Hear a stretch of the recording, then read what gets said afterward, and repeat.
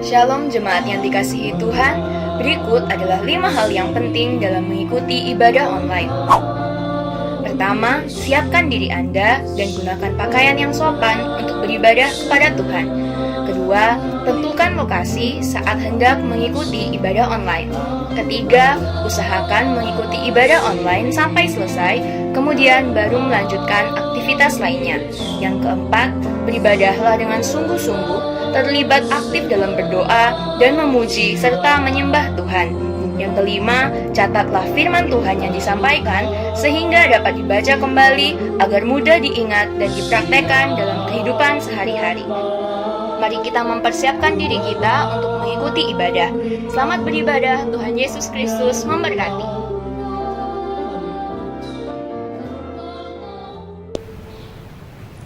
Puji nama Tuhan. Shalom.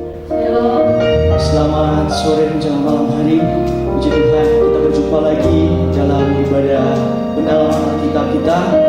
Dan mari saat ini saudara, kita mau mempersiapkan hati dan pikiran kita di hadapan Tuhan. Mari setiap kita yang menyaksikan ibadah ini, mari kita lebih sungguh-sungguh di hadapan Tuhan, karena kita percaya Allah kita Allah yang luar biasa. Dia sanggup melakukan segala sesuatu. Kita percaya juga Tuhan hadir di tengah-tengah kita. Dimanapun kita berada, hadirat Tuhan ada, dan hadirat Tuhan yang akan memberkati kita. Untuk itu, mari saudara, kita akan masuk dalam hadirat Tuhan. Kita mau persiapkan hati dan pikiran kita di hadapan Tuhan. Kita mau berterima kasih kepada Tuhan. Kita mau bawa korban syukur kita kepada Tuhan. Haleluya Yesus. Terima kasih Tuhan. Terima kasih Yesus. Bawa korban syukur kami di hadapan. Saat ku masuk ke hadirat-Mu, ku tersyukur dan sembah-Mu.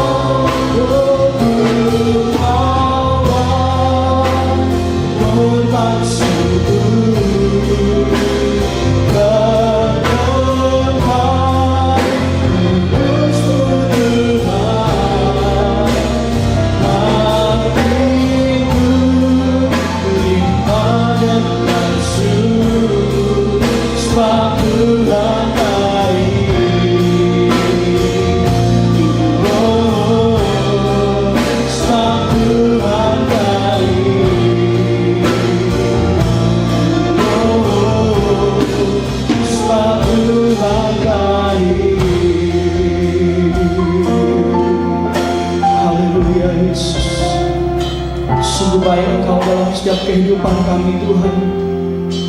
Terbukti sampai saat ini Tuhan, kalau kami masih boleh ada di tempat ini Tuhan, kami boleh ada lagi Tuhan pada saat ini Tuhan. Kami boleh menaikkan pujian kami, boleh menaikkan penyembahan kami Tuhan. Kami percaya itu bukti kasih setiamu dalam kehidupan kami Tuhan. Itulah kemurahan-Mu Tuhan dalam kehidupan kami. Terima kasih Tuhan untuk itu saat ini Tuhan, untuk waktu yang masih Engkau berikan kepada kami. Kami mempergunakan itu sebaik-baik mungkin Tuhan, untuk kami boleh membawa ucapan syukur kami, membawa korban syukur kami Tuhan, dalam pujian dan penyembahan kami Tuhan. Terima kasih Tuhan, terima kasih. Kami percaya Tuhan, dunia sedang bergelora saat ini Tuhan, tetapi hati kami Tuhan mengasihi-Mu Tuhan, hati kami tetap berpaut kepadamu Tuhan. Terima kasih Yesus, terima kasih Tuhan. Bertahtalah Tuhan, berkaryalah Tuhan dalam setiap ibadah kami Tuhan. Kau berkati sidang jemaat-Mu saat ini Tuhan, yang menyaksikan ibadah ini secara online Tuhan, dimanapun mereka berada Tuhan. Mari Engkau jamah setiap hati dan pikiran mereka Tuhan, baharui setiap hati dan pikiran mereka Tuhan. Suci kuduskan layakan kami semua Tuhan, untuk kami boleh masuk di dalam hadirat-Mu. Terima kasih Tuhan, terima kasih.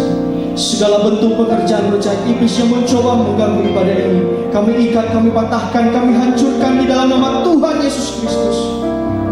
Untuk bungkus kami dengan kuasa darah-Mu Tuhan. Biarlah Roh Kudus-Mu hadir di tengah-tengah kami Tuhan. Roh Kudus-Mu yang berkarya dalam setiap ibadah ini Tuhan. Terima kasih Tuhan. Inilah doa dan ucapan syukur kami, menaikkan kepada-Mu dalam nama Tuhan Yesus Kristus. Haleluya. Amin. Puji nama Tuhan. Mari saudara silakan duduk kembali.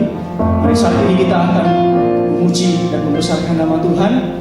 Mari saudara, dengan satu ucapan syukur kita menaikkan pujian kepada Tuhan. Mari kita mengangkat satu nyanyian. Haleluya.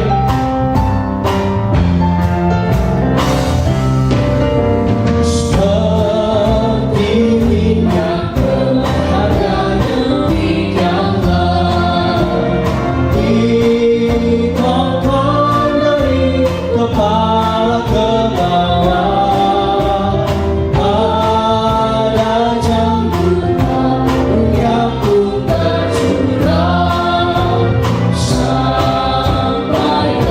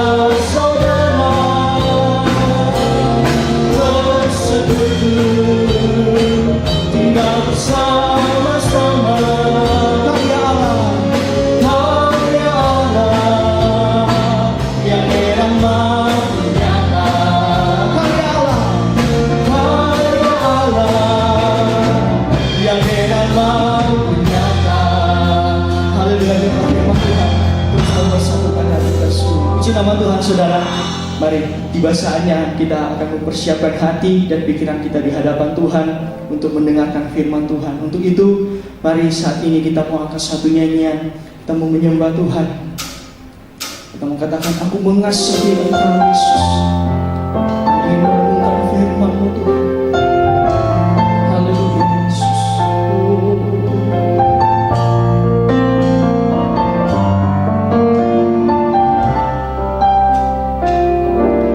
Mari sama-sama. Aku mengasihi Engkau Yesus.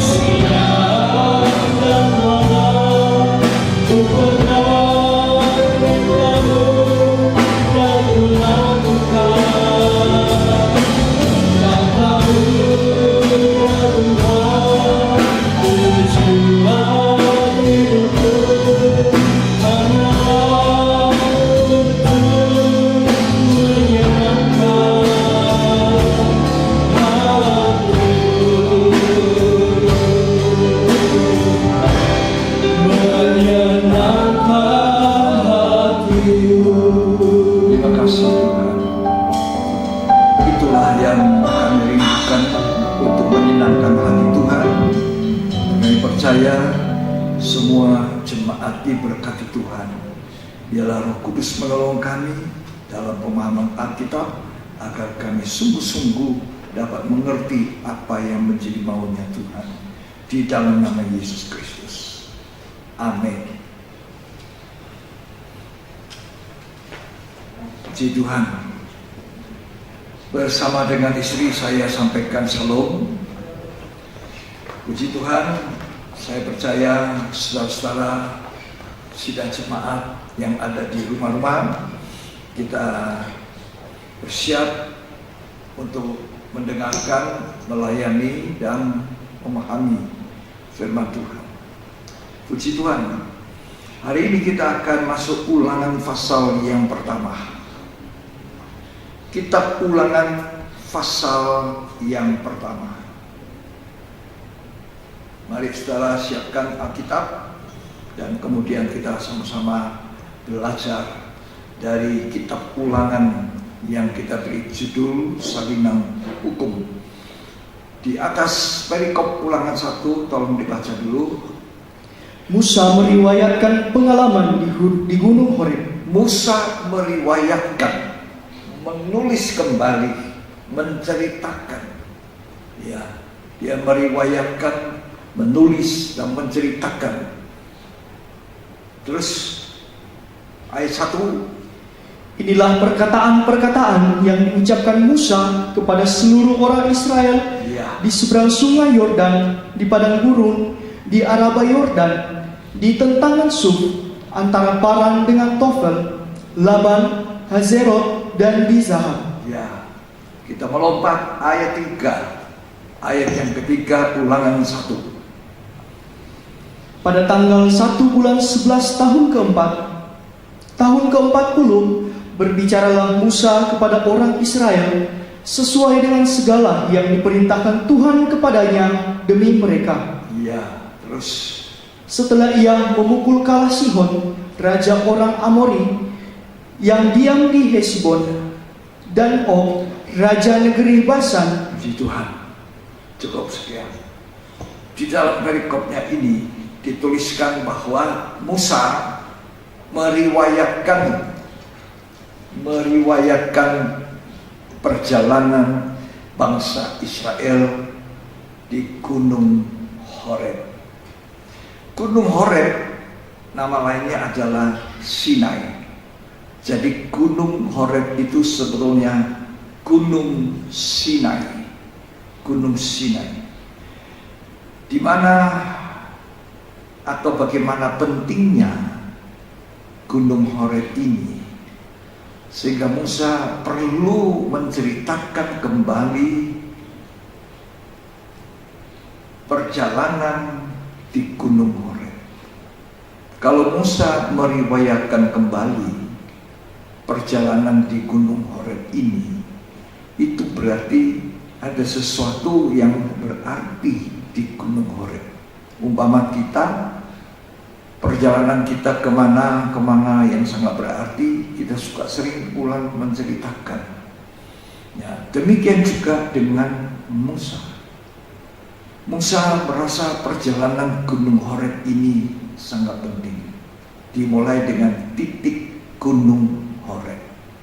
Ya. Kenapa Gunung Horeb? Mengapa Gunung Horeb? Sebab Gunung Horeb pertama adalah tempat pertemuan pertama kali Musa dengan Tuhan. Atau Tuhan menjumpai Musa pertama kali adalah di Gunung Horeb, Gunung Sinai, atau gunungnya Allah. Ya. Yang kedua, Gunung Horeb adalah tempat pertemuan bangsa Israel dengan Tuhan, atau Tuhan datang menjumpai bangsa Israel di Gunung Horeb. Dan di sanalah bangsa Israel mendengarkan firman Tuhan. Dan di sanalah bangsa Israel mengadakan satu kesepakatan, satu perjanjian bahwa mereka mau mendengarkan firman Tuhan, dan bukan hanya mendengarkan tetapi mau setia, taat, dan beribadah kepada Tuhan. Itu sebabnya Tuhan mengingatkan bangsa Israel generasi yang bukan asli keluar dari Mesir, yang lahir rata-rata di padang gurun, untuk mengingatkan kembali komitmen daripada orang tua mereka di Gunung Horeb ini, tetapi tidak dilakukan, melainkan mereka banyak berubah setia. Di sana Musa menuliskan kembali supaya generasi yang lahir rata-rata di padang gurun ya, itu bisa mendengarkan bagaimana contoh buruk daripada pendahulu mereka, orang tua mereka, untuk tidak diikuti. Jadi semuanya mati berkelimpangan di padang gurun kecuali Yosua dan Kaleb. Tetapi kalau kita baca terus selanjutnya, ternyata bangsa Israel keturunan yang lahir di padang gurun itu pun sama. Kesalahan sama yang dilakukan, sehingga boleh dikatakan bangsa Israel itu dikatai oleh Tuhan bangsa yang tegar tengkok. Dan pada akhirnya bangsa Israel itu ditinggalkan Tuhan. Dan Tuhan datang kepada kita, bangsa kafir, ya, bangsa yang tadinya tidak mengenal Allah itu, bangsa yang tidak ada hubungan darah daging apapun dengan Abraham. Ya. Jadi kita ini yang mendapatkan anugerah kemurahan. Tuhan datang kepada kita yang disebut kemudian gerejanya, gereja Tuhan. Puji Tuhan. Jadi tempat yang sangat penting itulah Gunung Horeb, pertemuan pertama kali Musa pribadi. Kita baca Keluaran pasal yang ketiga. Kitab Keluaran pasal 3. Di sana Musa pertama kali jumpa dengan Tuhan. Ya, di mana di sana tiba-tiba di semak-semak ada api yang keluar. Kita baca ayat 1 mulai. Adapun Musa, ia biasa menggembalakan kambing domba Yitro mertuanya, imam di Midian. Sekali ketika ia mengiring kambing domba itu ke seberang padang gurun, Ya, sampailah ia ke gunung Allah, sampai ke gunung Allah, yakni Gunung Horeb. Gunung Horeb. Sampai di gunung Allah. Jadi Musa ini menggembalakan kambing domba Yitro mertuanya, imam di Midian, ya, menggiring domba itu ke seberang padang gurun sampai ke gunung Allah. Saudara yang saya kasihi, sedikit saya berbicara tentang pengalaman saya ketika pertama kali datang ke kota ini, ke provinsi Sulawesi Utara, ke Manado. Kitab Ulangan ini banyak menjadi saya punya berkat menuntun saya.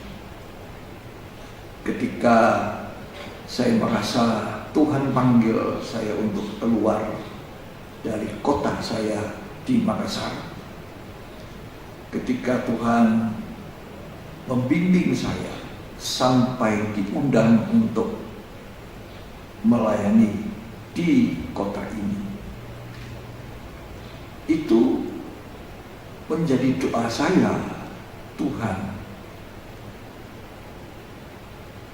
apakah Tuhan tidak memberi tanda kepada saya, mimpikah, atau nanti ada orang lain bernubuat untuk saya, atau saya tidur nyenyak Tuhan kasih mimpi, kalau saya akan dengar mimpi itu atau nubuat seseorang. Maka dalam kurun kira-kira 10 hari saya berdoa di Makassar, dalam kamar saya tidak ada jawaban mimpi tidak ada jawaban nubuat dari hamba Tuhan atau siapa. Tetapi Tuhan memberitahu saya dalam doa saya bahwa nubuatan yang terbesar, nubuat yang paling kamu harus perhatikan bukan apa yang dikatakan oleh seorang hamba Tuhan saja. Bukan berarti tidak ya, bukan itu saja, titik. Tetapi Tuhan menunjuk bahwa Alkitab, firman Tuhan itu adalah nubuat yang terbesar yang harus kita perhatikan. Seperti yang Petrus katakan, memperhatikan dengan teliti. Jadi waktu itu selesai doa, saya cuma ingat harinya hari Jumat sore jam 5 sampai jam 6, tapi saya tidak ingat persis tanggalnya. Begitu saya berdiri di kamar itu, saya bilang sama Tuhan, itu Alkitab saya. Tolong Alkitab saya itulah nubuat yang paling besar. Berbicaralah Tuhan kepadaku. Jadi saya ambil Alkitab, lalu saya kemudian pegang Alkitab. Bingung saya mau baca di mana. Lalu saya tanya sama Tuhan, Perjanjian Lama 39 kitab, Perjanjian Baru 27 kitab, seluruhnya 66 kitab, 39 dengan 27. Lalu yang mana Tuhan? Tuhan tunjuk saya buka di Perjanjian Lama. Jadi saya bercakap-cakap dengan Tuhan itu suatu pengalaman indah yang saya tidak bisa lupakan. Seperti Tuhan ada di depan saya. Dan saya cakap-cakap dengan Tuhan bagaimana Tuhan menuntun saya untuk membaca kitab Ulangan pasal 2. Coba kita baca. Ini pengalaman saya. Jadi saya mau ceritakan bahwa kitab Ulangan menjadi berkat untuk pribadi saya, bahkan saya percaya akan menjadi berkat untuk saudara-saudara, bahkan untuk banyak orang. Silakan dibaca Ulangan 2 ayat 2 dan ayat 3.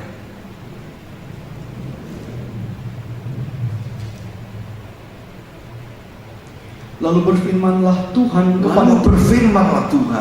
kepadaku, demikian, ya, telah cukup lamanya kamu berjalan keliling pegunungan ini, ya. beloklah sekarang ke utara. Saya terkejut. Sudah terlalu lama kamu jalan keliling pegunungan ini. Seakan-akan Roh Kudus waktu itu menunjuk.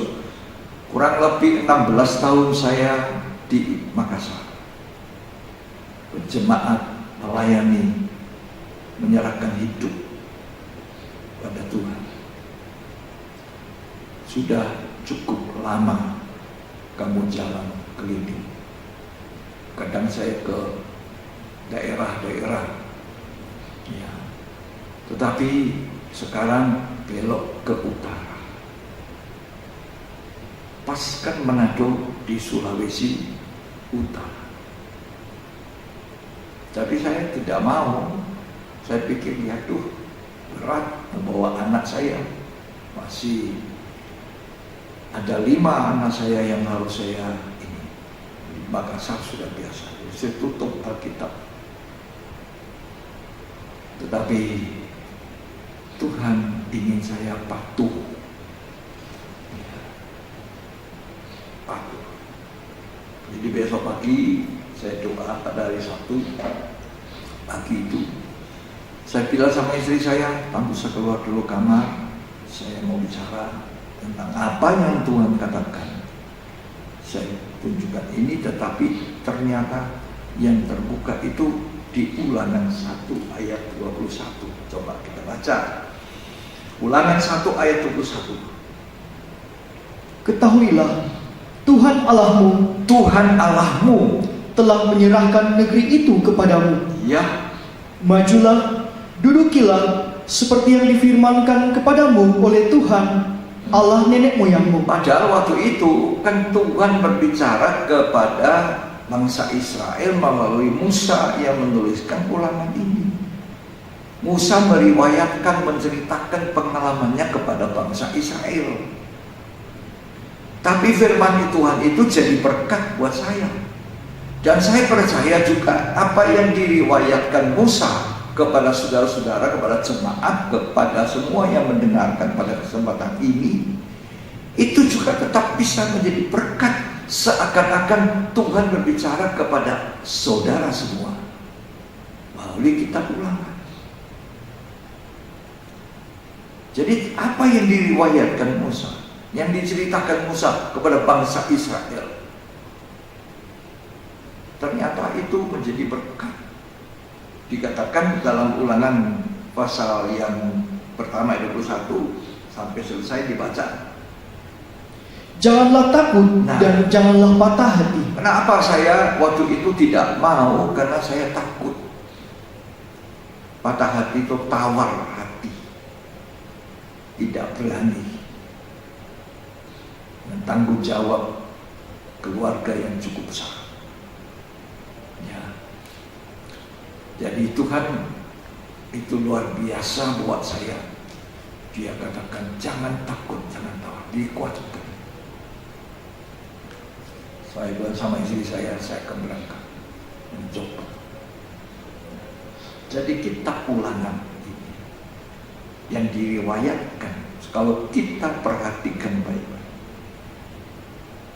ini nanti merupakan suatu perjanjian untuk melayani Tuhan dengan kasih kepadanya. Jangan takut, jangan tawar hati. Terus saya tiba di Manado singkatnya, maka saya tanya Tuhan, kalau saya tiba di sini Tuhan, saya pada suatu waktu diberi jemaat, melayani, ada tanggung jawab sebagai seorang gembala. Kemudian apa yang saya harus buat kepada jemaat? Saya tidak mau muter-muter seperti bangsa Israel di padang gurun 40 tahun, tidak tahu. Padahal mereka punya arah, negeri perjanjian, Kanaan.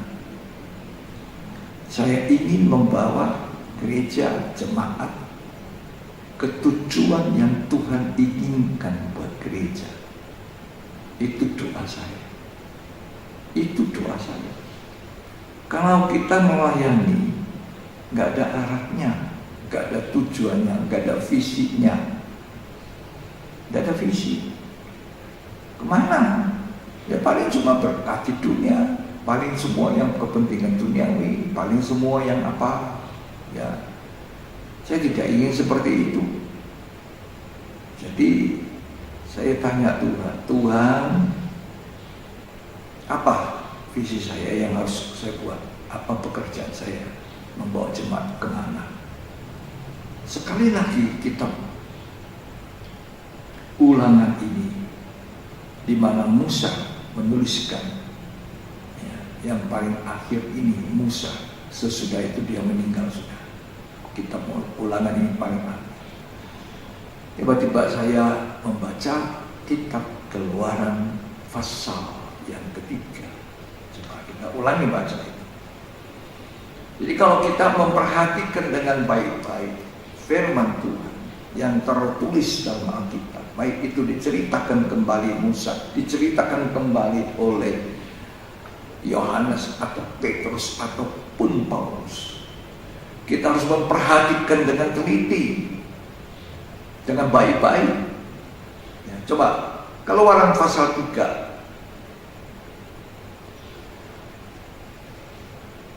ayat 1. Adapun Musa, ia biasa menggembalakan kambing domba Yetro mertuanya, imam di Midian. Ya.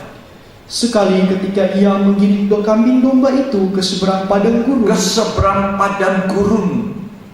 Jadi pertama dia bawa dulu menyeberang sampai padang gurun. Terus Sampailah ia ke gunung Allah, yakni gunung Horeb. Nah, dengan artinya Musa menggiring kambing domba itu ke gunung Allah, ke gunung Horeb. Di situ terjadi perjumpaan dengan Tuhan. Kemudian dari ayat ini saya mendapat lengkap. Tuhan bilang, giring domba-dombaku harus sampai ke seberang padang gurun, akhirnya ke gunung Horeb, gunung Allah. Waduh, saya begitu sukacita. Berarti Tuhan ingin saya membawa gereja Tuhan dengan berita-berita, dengan firman, dengan pengajaran yang membawa mereka sampai ke seberang padang gurun. Itu Wahyu 12 dikatakan, perempuan yang diterbangkan ke padang gurun, dipelihara 3 tahun setengah. Perempuan itu bagi saya bukan hanya berbicara tentang bangsa Israel, tapi adalah gereja Tuhan. Gereja digambarkan seperti perempuan di hadapan Tuhan, karena Tuhan itu adalah, Tuhan Yesus adalah sebagai mempelai laki-laki. Gereja harus menjadi mempelai wanita. Itu akhir daripada perjalanan gereja. Ke situ saya harus menggiring. Dan sampai hari ini 27 tahun kurang lebih, saya tidak pernah bergeser dari visi yang Tuhan berikan.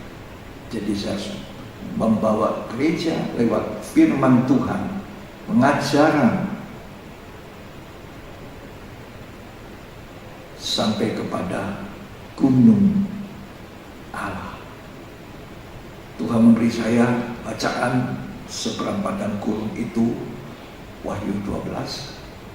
Tidak usah dibaca. Wahyu 21 ayat 9 seterusnya. Lalu Yohanes bercerita, diangkat naik melihat dari di atas gunung yang tinggi. Di situ tempatnya yang disebut Yerusalem baru, yang kemudian turun dari surga. Jadi saya harus bertugas menggembalakan domba-domba gereja Tuhan sampai ke Yerusalem baru, bukan dunia. Saya bersyukur, saya sujud dan menyembah. Terpujilah Tuhan. Itu sedikit daripada pengalaman saya dengan Musa ini, cerita Musa dan kitab Ulang. Jadi nama lainnya Horeb, Sinai, dan disebut tadi di Keluaran 3 gunungnya Allah. Gereja harus ke sana seperti Tuhan melalui Musa menggiring domba itu sampai di gunung Allah, sampai di gunung Horeb. Jadi menggembalakan domba-domba Tuhan, menggembalakan sidang jemaat, itu harus ada arahnya yang benar-benar yang Tuhan inginkan. Itu pesan Tuhan buat saya secara pribadi. Saya percaya hamba-hamba Tuhan yang dipakai Tuhan dengan luar biasa, tentu semuanya mempunyai kerinduan bahwa satu hari kelak bersama dengan jemaatnya ada di Yerusalem baru, kotaknya mempelai Tuhan, orang yang sempurna yang ada di sana. Puji Tuhan.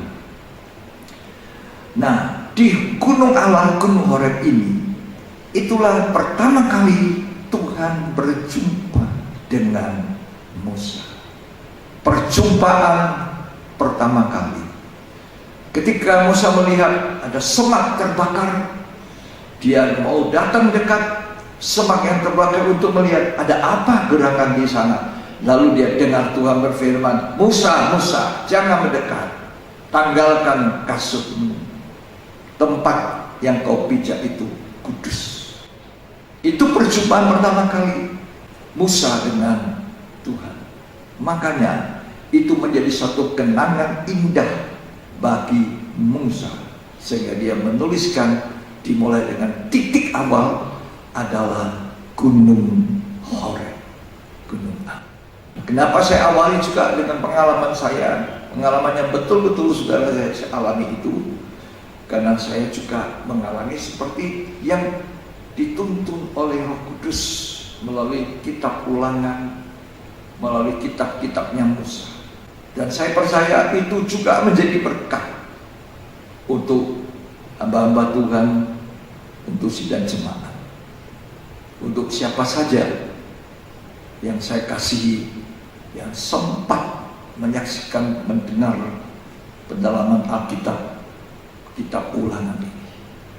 Terpujilah Tuhan. Saya ingin baca sedikit Keluaran 3, lanjut sedikit tentang perjumpaan Tuhan dengan Musa. Ya, ayat 2 sekarang kita baca Keluaran 3. Lalu malaikat Tuhan menampakkan diri kepadanya Ya, di dalam nyala api yang keluar dari semak duri. ya, Lalu ia melihat, dan tampaklah semak duri itu menyala, tetapi tidak dimakan api. ajaib. Semak durinya terbakar tetapi api tidak menghanguskan. Terus Musa berkata, baiklah aku menyimpang ke sana untuk memeriksa penglihatan yang hebat itu. ya, aku mau lihat apa itu yang terjadi. Terus Mengapakah tidak terbakar semak duri itu? kenapa tidak terbakar? Kenapa? Terus Ketika dilihat Tuhan bahwa Musa menyimpang untuk memeriksanya, ya, berserulah Allah dari tengah-tengah semak duri itu kepada Musa. ternyata ada Allah di situ hadir dalam nyala api. Kalau Tuhan hadir, ada nyala api dari Roh Kudus yang memenuhi hati kita. Ya, terus Musa, dan ia menjawab, ya Allah. ya, terus Lalu ia berfirman, janganlah datang dekat-dekat, tanggalkanlah kasutmu dari kakimu, Terus? sebab tempat di mana engkau berdiri itu adalah tanah yang kudus. ayat 7. Dan Tuhan berfirman, aku telah memperhatikan dengan sungguh kesengsaraan umatku di tanah Mesir, Ya, dan aku telah mendengar seruan mereka yang disebabkan oleh pengerah-pengerah mereka, yang aku mengetahui penderitaan mereka. iya. Jadi Musa ini waktu berjumpa pertama kali di Horeb itu dengan Tuhan, Tuhan berfirman, aku memperhatikan, mendengar doa daripada umatku bangsa Israel yang dijajah di Mesir, dipekerjakan paksa, makannya kurang, kerjanya banyak, uangnya sedikit. Tuhan bilang, aku mau membebaskan, aku memperhatikan.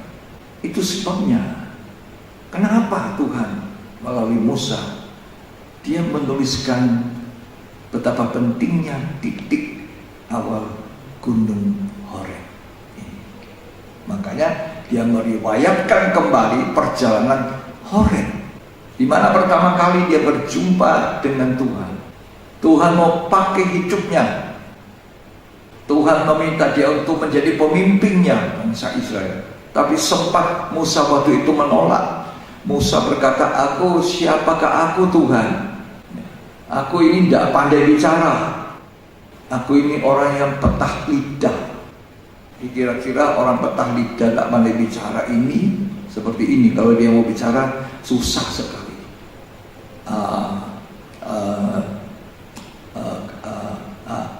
Oh, saya susah. Itu gayanya Musa kira-kira. Terus Tuhan berkata pada Musa, siapakah yang menjadikan lidah manusia? Tapi Musa tetap ngotot, tidak mau. Tuhan murka. Kalau Tuhan mau pakai kita harus katakan, ya Tuhan. Jangan kita tolak. Jangan kita beri macam-macam, satu macam. Seperti Musa, seperti Yeremia mengatakan, Tuhan aku masih muda. Seperti Gideon, semua ini menolak. Tetapi Tuhan bilang kepada Musa, di situ ada abangmu, kakakmu, namanya Harun. Dia seorang yang fasih lidah, dia seorang yang pintar bicara, dia seorang yang pandai ngomong. Dia nanti jadi juru bicaramu dan engkau menjadi seperti Allahnya. Artinya seperti halnya apa yang saya sampaikan padamu, sampaikan kepada Harun supaya Harun jadi juru bicara. Jadi Harun dan Musa, dua orang yang disuruh memimpin bangsa Israel, menyampaikan pesan-pesan Tuhan. Yang kedua, apa sebabnya? Itu dituliskan titik awal Gunung Horeb. Sebab tadi saya katakan, itu tempat perjumpaan bukan hanya Musa, bukan tempat spesial bagi Musa saja, tapi di situ juga tempat pertama kali Allah menjumpai bangsa Israel dan menyampaikan pesannya, menyampaikan firman Tuhan. Dan bangsa Israel disitulah pertama kali berkomitmen untuk patuh, taat, setia untuk beribadah dan melayani Tuhan.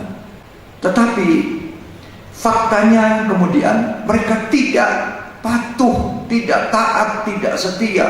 Mereka melanggar perjanjiannya dengan Tuhan, sehingga banyak bangsa Israel yang generasi yang asli keluar dari Mesir mati bergelimpangan di padang gurun. Jadi Musa menuliskan riwayat perjalanan kitab Ulangan ini, perjumpaan di Gunung Horeb ini, untuk mengingatkan generasi muda yang lahir di padang gurun, supaya mereka jangan tiru orang tua mereka. Tetapi pada akhirnya seperti tadi saya katakan, tetap mereka sama dengan orang tua mereka. Mereka tidak ada kehidupan yang berkenan. Mereka mati di padang gurun. Saudara yang kekasih dalam Tuhan. Jadi dengan kita tahu bahwa Tuhan melalui Musa meriwayatkan itu, menulis itu. Maksudnya apa? Supaya mengingat-ingatkan. Nah, untuk kita zaman akhir ini, lewat kitab Ulangan yang kita beri judul Salinan Hukum, untuk selalu kita ingat firman Tuhan. Renungkan siang dan malam. Yosua salah satu dari bangsa Israel generasi yang masuk di negeri perjanjian bersama Kaleb, juga memberitahu kepada kita, kepada bangsa Israel, ingat setelah Yosua menjadi penggantinya Musa. Musa ini tipe pemimpin yang luar biasa, saudara. Kenapa saya katakan demikian? Sebab Musa digantikan oleh Yosua. Yosua itu siapa? Yosua itu bukan anaknya, bukan ponakannya. Yosua itu adalah hambanya, pelayannya Musa yang setia. Kalau Musa naik ke Gunung Sinai, Yosua di lembah nunggu di bawah Gunung Sinai. Dan Yosua jadi pengganti Musa. Bukan Musa pilih, tidak. Tuhan yang memilih Yosua. Sebab Tuhan berkata kepada Musa, kalau tidak salah dalam kitab Bilangan, tidak usah dibaca, Tuhan suruh letakkan tangannya, sedikit kuasamu berikan kepada Yosua. Musa tidak mengangkat anaknya, tidak punya kaderisasi pada anaknya, mengkader supaya nanti tinggal bapaknya tidak ada, anaknya jadi, atau apanya jadi, ponakannya jadi, atau menantunya, atau apanya. Tidak, Musa tidak, bukan tipe orang begitu. Kalau toh Harun saudaranya, Miriam saudaranya ikut mendampingi, itu bukan Musa mengangkat saudaranya, tidak. Musa tidak pernah mengangkat saudaranya ini. Tuhan yang mengangkat Harun. Karena Musa alasannya tidak pandai bicara, tidak pandai ngomong, jadi ya sudah, Harun di situ. Tuhan yang tetapkan. Tuhan yang tetapkan Yosua, bukan Musa. Musa tidak bilang, anakku ya, kamu ya, aku kader ya, langsung kamu jadi ya. Ada beberapa imam-imam, nabi, Imam Eli melatih anaknya untuk menjadi penggantinya, mengkader. Tapi juga akhirnya tidak bisa jalan dengan baik. Anak-anak Imam Eli malah jahat, disebutkan orang dursila. Jadi kepemimpinan dalam gerejanya, dalam penggembalaan, itu adalah Tuhan yang berdaulat untuk mengangkat seseorang. Jangan juga kita mendahului Tuhan mengangkat diri kita. Ini pekerjaan Tuhan. Jabatan gembala bukan living, nafkah hidup, bukan mata pencarian. Kalau mau cari mata pencarian, ya di luar banyak pekerjaan di dunia. Tapi menjadi seorang pemimpin, seorang gembala yang memimpin jemaat, dia harus tahu persis kemana dia bawa gereja. Tadi saya sudah katakan, Tuhan menuntun saya bawa gereja ke arah Yerusalem baru. Ini adalah tugas tanggung jawab, bukan nafkah hidup yang seringkali malah pelayanan dan satu gereja yang sudah dirintis oleh seorang kemudian jadi perebutan, dilanjutkan. Kalau tidak ada anak yang menantu, kalau tidak ada menantu ya apa? Ini bukan nafkah hidup. Kalau nafkah hidup, saya kembali kerja di dunia. Saya orang dari dunia, kerja di dunia. Itu panggil meninggalkan. Lalu apa yang tanggung jawab?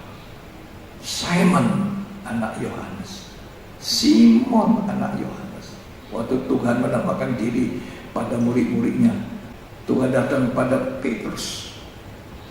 Sesudah tangkap 153 ekor ikan, sesudah makan, Tuhan berbicara kepada Petrus, Simon anak Yohanes, kasihkah kau akan daku? Dia menjawab, engkau tahu aku mengasihimu. Gembalakan domba-dombaku. Sampai 3 kali. Do you love me more than this? Apa engkau mengasihi aku lebih dari harga dirimu, daripada hartamu, dari apa semua yang kau miliki? Bukan kasih ya Petrus lebih dari Andreas, tidak. Kalau dalam bahasa Indonesia tidak terlalu jelas, ya. Tapi dalam bahasa Inggris itu sangat jelas. Gembalakan domba-dombaku. Gembalakan domba-dombaku. Sesudah kamu mengasihi aku, kata Tuhan, lebih dari semua yang kau miliki. Itu tugas penggembalaan. Dan Musa ini gembala. Kemana dia harus bawa bangsa Israel? Mengarah ke negeri perjanjian. Puji Tuhan. Jadi perjumpaan pertama kali bangsa Israel dengan Tuhan. Coba kita baca Keluaran pasal 19 ayat yang ke 10. Berfirmanlah Tuhan kepada Musa, pergilah kepada bangsa itu, suruhlah mereka menguduskan diri pada hari ini dan besok. Ayat 9. Berfirmanlah Tuhan kepada Musa, Ya. sesungguhnya aku akan datang kepadamu dalam awan yang tebal. Ini datangnya Tuhan dalam awan untuk berjumpa dengan bangsa Israel. Terus Dengan maksud supaya dapat didengar oleh bangsa itu, ya, apabila aku berbicara dengan engkau, ya, dan juga supaya mereka senantiasa percaya kepadamu. ya, supaya mereka senantiasa percaya. Terus Lalu Musa memberitahukan perkataan bangsa itu kepada Tuhan. ya, ayat 11. Menjelang hari ketiga, mereka harus bersiap, sebab pada hari ketiga Tuhan akan turun di depan mata Ya. seluruh bangsa itu di Gunung Sinai. Tapi mereka tidak sembarangan untuk menerima kedatangan Tuhan. Mereka harus mengkuduskan diri, mereka harus mencuci pakaian, baru mereka bisa jumpa dengan Tuhan. Jadi itu sebabnya Musa menulis untuk mengingatkan bangsa ini betapa mereka harus setia mengasihi Tuhan, melayani Tuhan, menguduskan diri, mencuci pakaiannya untuk hanya jumpa dengan Tuhan di Gunung Sinai, perjumpaan. Musa ini punya tanggung jawab besar. Tidak gampang. Musa merasakan itu beban begitu berat. Memang jadi seorang hamba Tuhan, seorang gembala yang berat. Tadi saya sudah menyinggung, itu bukan nafkah hidup, bukan living, juga bukan mengkader anak cucu kita. Tapi kalau memang dipanggil Tuhan untuk melayani, seperti Musa dipanggil Tuhan, Tuhan jumpa, nggak ada salahnya. Tapi saya tidak melanggar apa yang saudara-saudara lain, hamba-hamba Tuhan lain dengan cara di tempat mereka, tidak. Saya ingin menceritakan apa yang Tuhan taruh di hati saya. Yang menetapkan seorang pemimpin itu Tuhan. Buktinya Yosua diangkat oleh Tuhan, Harun diangkat oleh Tuhan, bukan Musa. Musa bilang, ini sepupu saya, ini ponakan saya, ini apa saya. Tidak, Musa sama sekali tidak berdaulat hal itu. Kedaulatan itu ada di tangan Tuhan, kepala gereja. Bayangkan di dalam kitab Yeskiel dikatakan, Yeskiel, kamu dapat panggilan untuk menggembalakan umatku. Kalau aku berkata orang itu harus mati, Yeskiel tidak berani ngomong, tidak berani tegur kesalahannya. Maka tanggung jawab jatuh kepada engkau, hutang darah. Engkau harus mati. Ngeri itu. Kalau kamu tidak berani tegur seorang yang berbuat salah, tanggung jawab ada padamu. Tapi kalau kamu sudah tegur dan kamu orang itu tidak mau dengar, kamu bebas, orang itu sendiri menanggung kesalahan. Selalu bisa baca dalam kitab Yeskiel pasal 3. Jadi tanggung jawab beban seorang gembala. Makanya perlu Tuhan datang dulu kepada Musa, mengalami perjumpaan pribadi dengan Tuhan.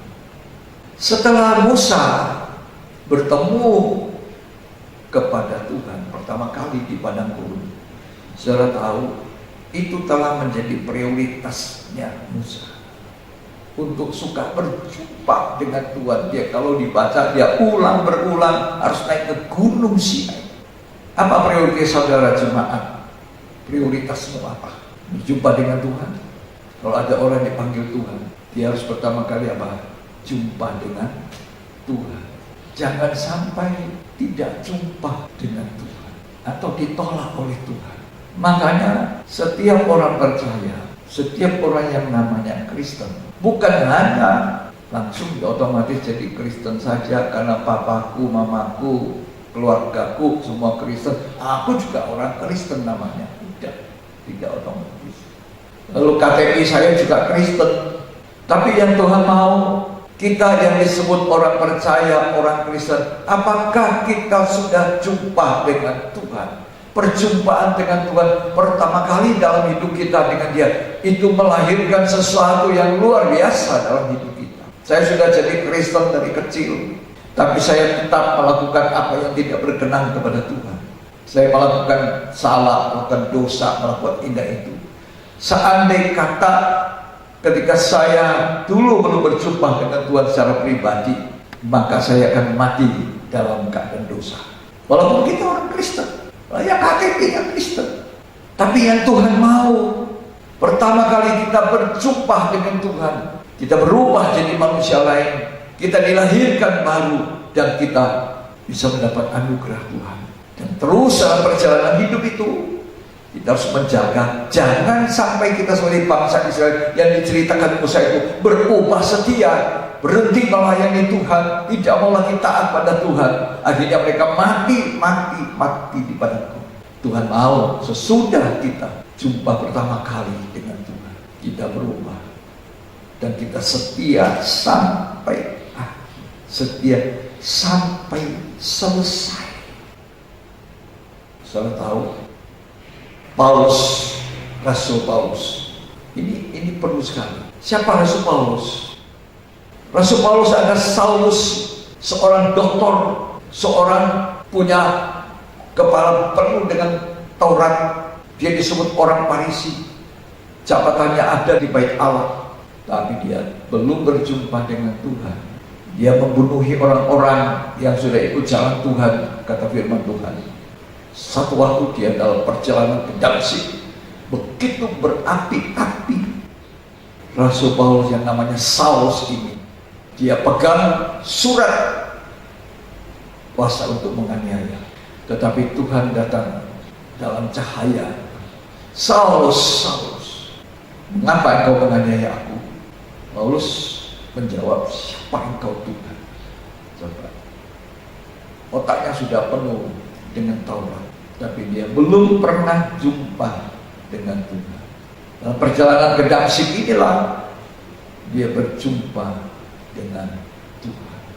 Sama Musa berjumpa Tuhan di Horeb, gunung Allah Sinai, pertama kali dalam semak belukar yang terbakar dengan api. Waktu itulah Musa berubah.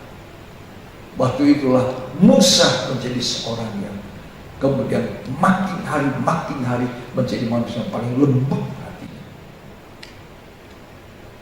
Demikianlah Paulus, ketika dia berjumpa, Tuhan berkata, kenapa engkau aniaya aku? Lalu Tuhan sediakan pekerjaan yang luar biasa bagi Saulus, menjadi Rasul Paulus. Dan ini Paulus sama Musa, setia sampai akhir. Ibrani menuliskan bahwa sebagaimana Musa setia dalam segenap rumah Allah, Paulus juga adalah orang yang setia sampai akhir. Tidak sama yang diceritakan dalam kitab Ulangan. Bangsa Israel ini harus jadi teladan contoh yang buruk, bahwa mereka itu tidak setia, tidak taat. Paulus setia sampai akhir. Dan dia bilang, aku sudah siap masuk ke dalam kerajaan kekal itu. Dalam arti kata, berarti dia jumpa dengan Tuhan. Itu harus jadi kerinduan setiap anak Tuhan, setiap hamba Tuhan. Tuhan, kalau sampai waktunya, biar aku boleh jumpa dengan Tuhan. Itu kekristenan. Harus sampai satu waktu jumpa dengan Tuhan. Di bumi ini kita jumpa, tapi belum jelas. Paulus sampai mengatakan, nanti kita akan bertemu muka dengan muka, face to face, kita akan melihat, menyaksikan Tuhan. Itu luar biasa. Dimulai dari perjumpaan pertama sampai dengan Musa jumpa di Gunung Horeb. Titik Horeb itu menjadi titik awal Musa untuk menggembalakan domba-dombanya Tuhan, bangsa Israel, umatnya. Itu sebabnya Musa menuliskan salinan hukum ini, kitab Ulangan ini dimulai dengan titik meriwayatkan Gunung Horeb. Horeb itu Gunung Sinai, Gunung Allah. Sebab Musa berjumpa di situ pertama kali. Semua kita yang namanya Kristen harus punya perjumpaan yang membuat kita jadi manusia yang lahir baru. Paulus jumpa dengan Tuhan dalam perjalanan ke Damsyik. Saudara baca di Kisah Rasul 9. Coba kita baca satu ayat, dua ayat ya.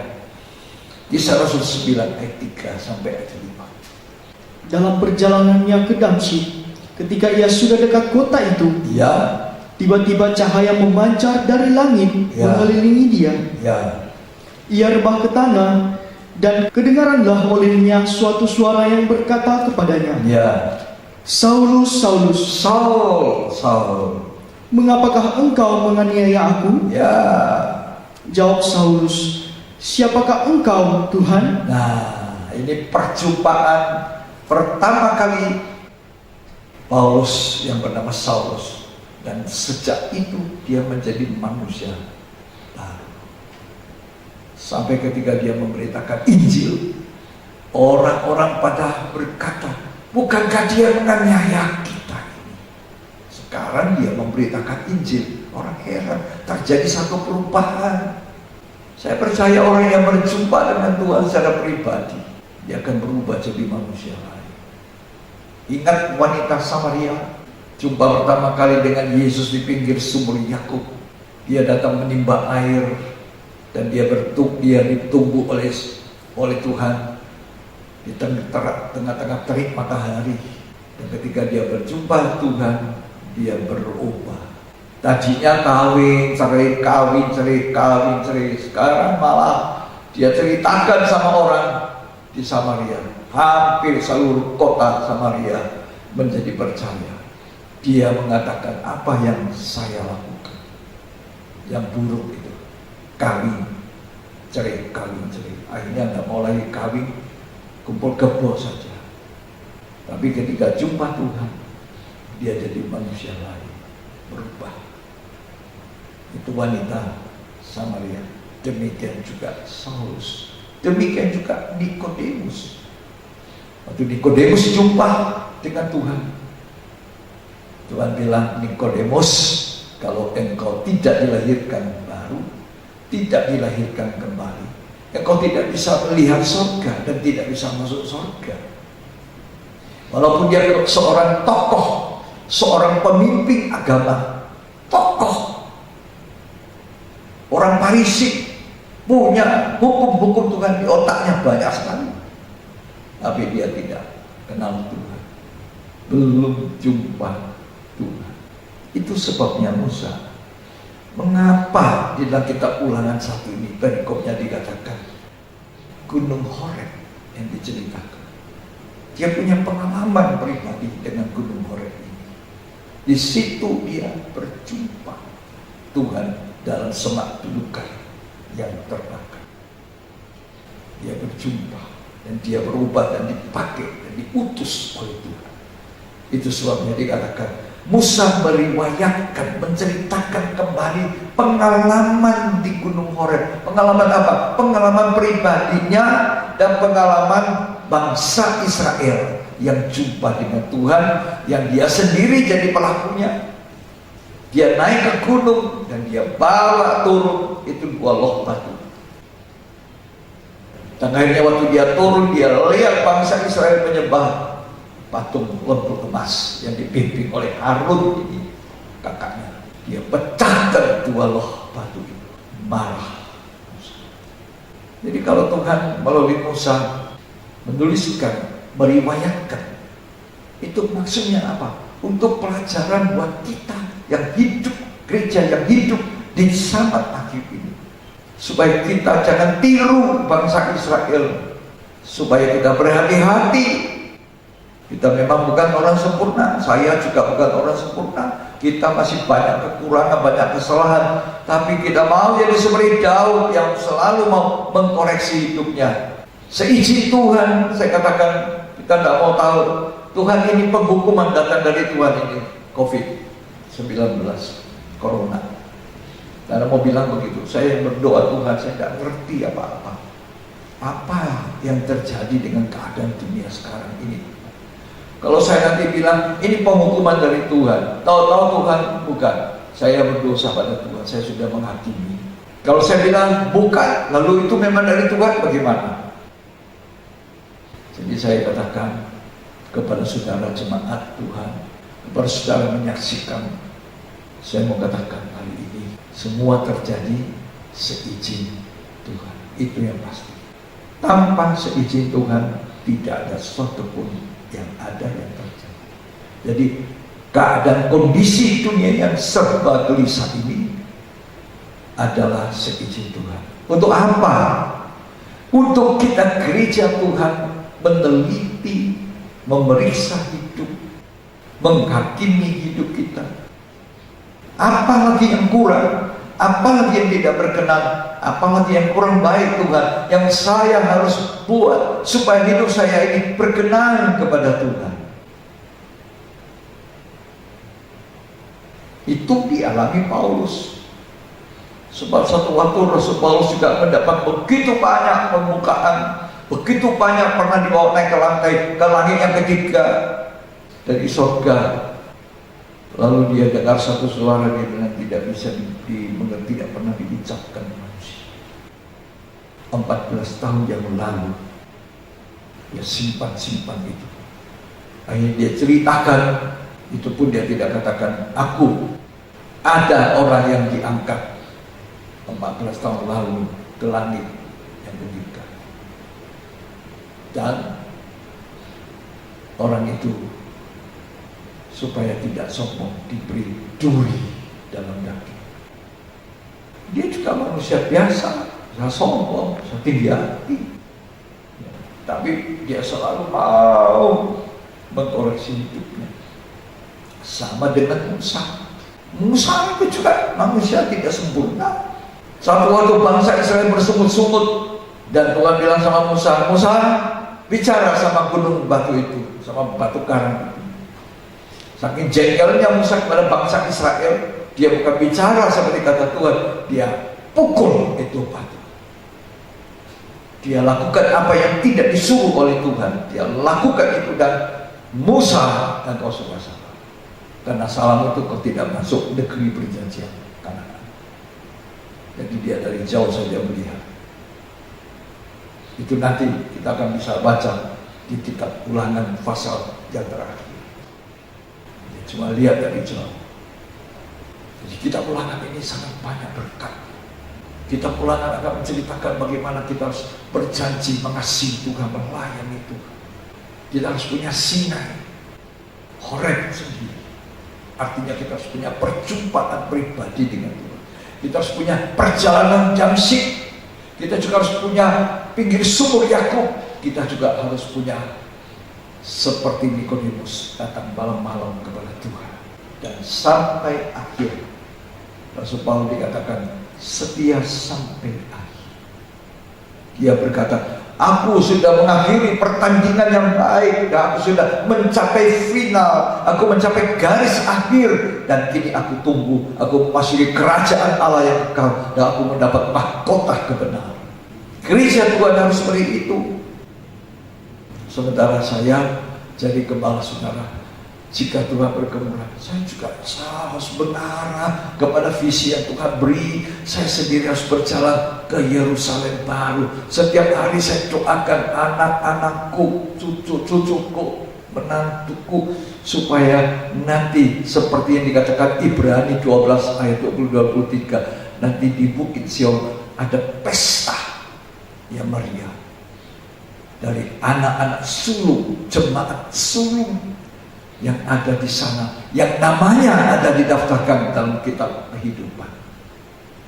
Ke situ arah kita, bukan bumi, bukan keberhasilan di bumi saja, suksesnya di bumi saja tidak, tapi Tuhan mau mengarahkan kita, gereja Tuhan, memimpin gereja Tuhan ke arah Yerusalem baru, masuk dalam pesta nikah anak domba, memerintah di kerajaan 1000 tahun damai dan berjumpa dengan Tuhan face to face, kata 1 Korintus 13. Diawali dengan perjumpaan pertama seperti Musa di gunung Sinai itu. Mereka berjanji setia dan taat, ini bangsa Israel, tapi tidak setia. Gagal. Musa pun gagal masuk, tidak taat. Dia pukul itu batu. Tuhan bilang bicara, dia pukul. Saking jengkel, tidak ada manusia sempurna. Saudara, Tuhan bilang jangan kita berubah setia, setia sampai akhir. Ya. Jadi waktu mereka disuruh Tuhan mau jumpa, disuruh apa? Menguduskan diri, mencuci pakaian. Pakaian ini apa? Menuju pada kehidupan kita. Harus disucikan, dibersihkan. Apa yang bisa membersihkan kita gereja Tuhan? Firman. Cuma ini. Yohanes 15 ayat 3 berkata, kamu sudah suci karena perkataanku, kata Tuhan. Cuma ini. Mandi firman. Terus Efesus 5 dikatakan, mandi air firman Allah itu sampai gereja tidak ada cacat, tidak ada kerut, tidak ada noda, sempurna seperti Kristus. Sekarang tidak ada orang sempurna, tapi seizin Tuhan, dengan adanya peristiwa yang ada di akhir zaman ini, itu virus corona, marilah kita semua belajar punya waktu berjumpa Tuhan di kamar kita, waktu kita baca Alkitab, waktu kita menyembah Dia. Jumpa dengan Dia. Supaya satu hari kelak kita jumpa Tuhan di Yerusalem baru. Kalau kita setia, kita akan memerintah sebagai raja bersama dengan raja di atas segala raja di kerajaan 1000 tahun damai. Yerusalem baru turun dari surga, masuk ke kekekalan. Tuhan Yesus memberkati kita. Mari abang. Jadi apa sebabnya Musa menulis Horeb sebagai titik awal pengalamannya di Gunung Horeb? Karena disitulah Musa berjumpa. Silakan. Musa berjumpa dengan Tuhan. Kita harus punya perjumpaan. Harus punya perjumpaan pribadi dengan Tuhan. Orang yang berjumpa dengan Tuhan, hidupnya pasti jadi lain. Saya mengharapkan semua anak-anak ini, generasi milenial, generasi muda, semua ini cucu-cucu saya. Ya. Mereka panggil saya Opa, karena memang mereka seperti cucu-cucu saya juga. Rata-rata mereka masih muda, dan saya ingin mereka juga jumpa dengan Tuhan, setia dan melayani Tuhan sampai Tuhan datang kalau bisa. Jumpa dengan Tuhan itu kerinduan. Haleluya. Jiwaku merindukan. Aku haus dan merindukan Tuhan berjumpa.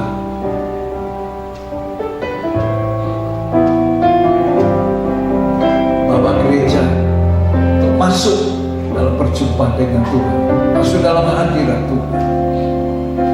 Tidak ada jalan lain. Kuduskan dirimu, kata Tuhan pada bangsa Israel. Cuci pakaianmu, sebab aku mau menemui kamu. Gereja Tuhan, jemaat Tuhan yang ada di rumah-rumah, saudara-saudara yang saya kasih, yang sempat menyaksikan saya ini, tidak ada jalan lain untuk jumpa dengan Tuhan seperti kata Tuhan yang diriwayatkan oleh Musa. Cuci pakaianmu, kuduskan hidupmu, sebab hanya orang kudus yang bisa memandang Allah. Gereja harus kudus, gereja harus jadi sempurna.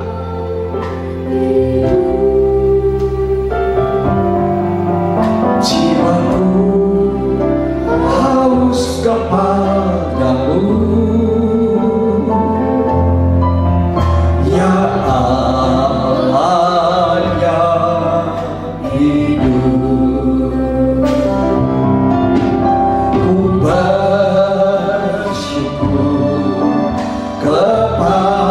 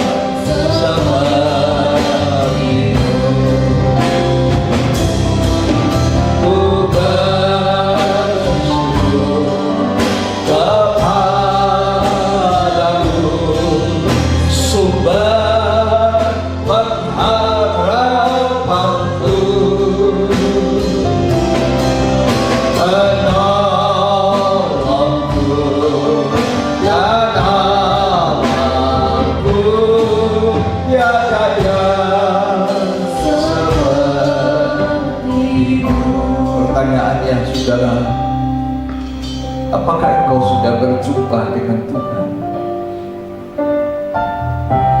Memang engkau adalah yang disebut anak Tuhan, orang Kristen, papa mamamu Kristen, opa omamu Kristen. Tapi apakah engkau sudah jumpa dengan Tuhan yang membuat engkau satu hidup yang lain, seperti Rasul Paulus, dari pembunuh, penganiaya jadi rasul, jadi pelayan Tuhan? Apakah engkau sudah jumpa Tuhan seperti Musa? Pertama kali di gunung Allah itu, di Horeb, Musa berjumpa dengan Tuhan dalam nyala api semak belukar.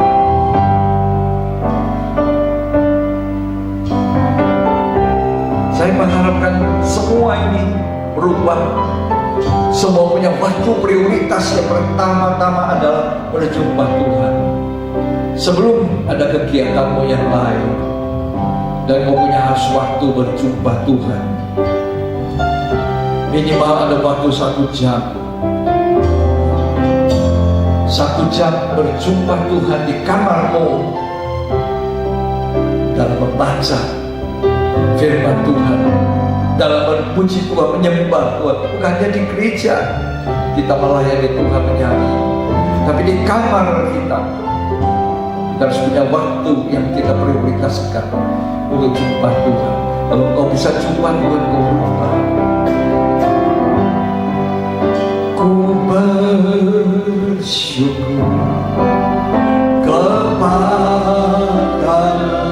sumber pengharapanku, pengharapanku.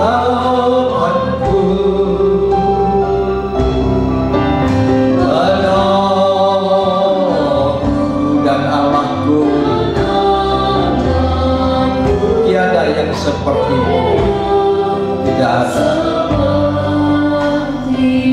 Terima kasih Tuhan.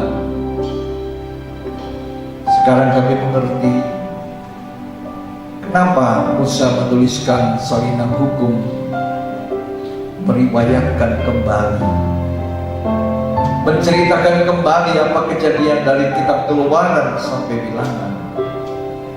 Salah satunya adalah dia mengisahkan, menceritakan perjumpaan Tuhan pertama kali di semak belukar terbakar, dan menceritakan perjumpaan Tuhan turun menemui bangsa Israel, supaya bangsa Israel itu setia dan taat dan beribadah, tapi mereka tidak melakukan. Ini jadi peringatan untuk kita yang hidup di akhir zaman akhir, suka setia melayani Tuhan, mengasihi Tuhan. Kita belajar dari Musa yang mengangkat Musa untuk menjadi gembala bangsa Israel adalah Tuhan, yang mengangkat Harun untuk jadi juru bicaranya adalah Tuhan, yang mengangkat Yosua adalah Tuhan. Harapan saya, semua kita, generasi gereja zaman akhir, biarlah itu Tuhan yang menetapkan kita untuk menjadi pelayan, yang menetapkan kita untuk melayani Dia dengan setia sampai Tuhan datang. Terima kasih Tuhan.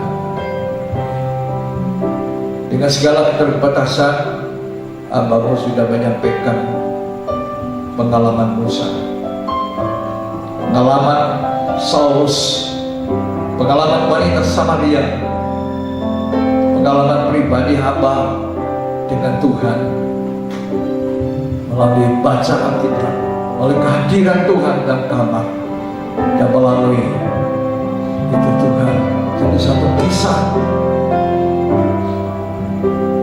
di mana kita harus setia taat pada Tuhan sampai akhir, sampai selesai. Terima kasih. Berkati umat-Mu dimanapun berada, berkati jemaat yang ada di rumah-rumah, Berkati umat Tuhan, berkati rekan-rekan hamba Tuhan yang dikasihi Tuhan dan saya mengasihi. Supaya semuanya kami satu hati, satu tujuan untuk memuliakan Tuhan dan menggiring gereja, memimpin gereja, membawa gereja pada visi Tuhan dan bukan pada visi kami. Visi Tuhan ada di Alkitab. Masuk pesta pernikahan anak domba. Jadi pengantin Tuhan masuk memerintah bersama Tuhan kerajaan 1000 tahun damai, dan akhirnya masuk Yerusalem baru. Terima kasih Tuhan untuk firman.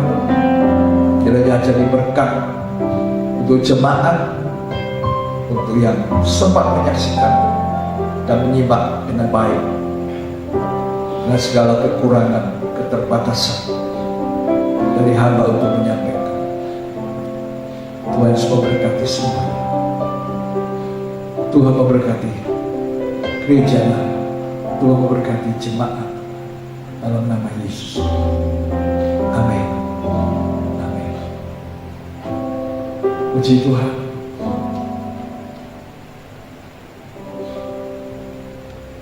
Terima kasih pada Tuhan, pada Roh Kudus yang sudah menolong kita, saya terutama, dengan segala kelemahan, keterbatasan, menyampaikan pemahaman Alkitab. Kami kita ulangan pasal pertama ini, di mana Gunung Horeb menjadi pemberitaan kita, perjumpaan dengan Tuhan. Sebanyak dikasih Tuhan, kita akan tetap beribadah di rumah-rumah melalui media ini, dan kita tidak tahu sampai kapan, tapi saya percaya seperti firman Tuhan pada hari Minggu Tuhan melawat saudara di rumah masing-masing. Di sana ada Tuhan hadir. Kita bersyukur bisa mendengar firman. Kita akan jumpa lagi nanti pada ibadah hari Minggu tanggal 26 ya, 26, tetapi 26 pagi jam 9 ya. Kita akan jumpa lagi dalam ibadah pada hari Minggu tanggal 26 ya, hari ini, dan masih ada akhir bulan tanggal 31 kali kebaktian pemahaman Alkitab dalam bulan April ini ya. Tuhan Yesus memberkati. Saya percaya saya tetap berdoa untuk kami, untuk gembala, kami juga tetap berdoa untuk jemaat. Tuhan Yesus memberkati kita. Mari kita bangkit berdiri, kita akan akhiri ibadah ini. Kita selalu bersyukur, kita selalu berterima kasih apapun keadaan.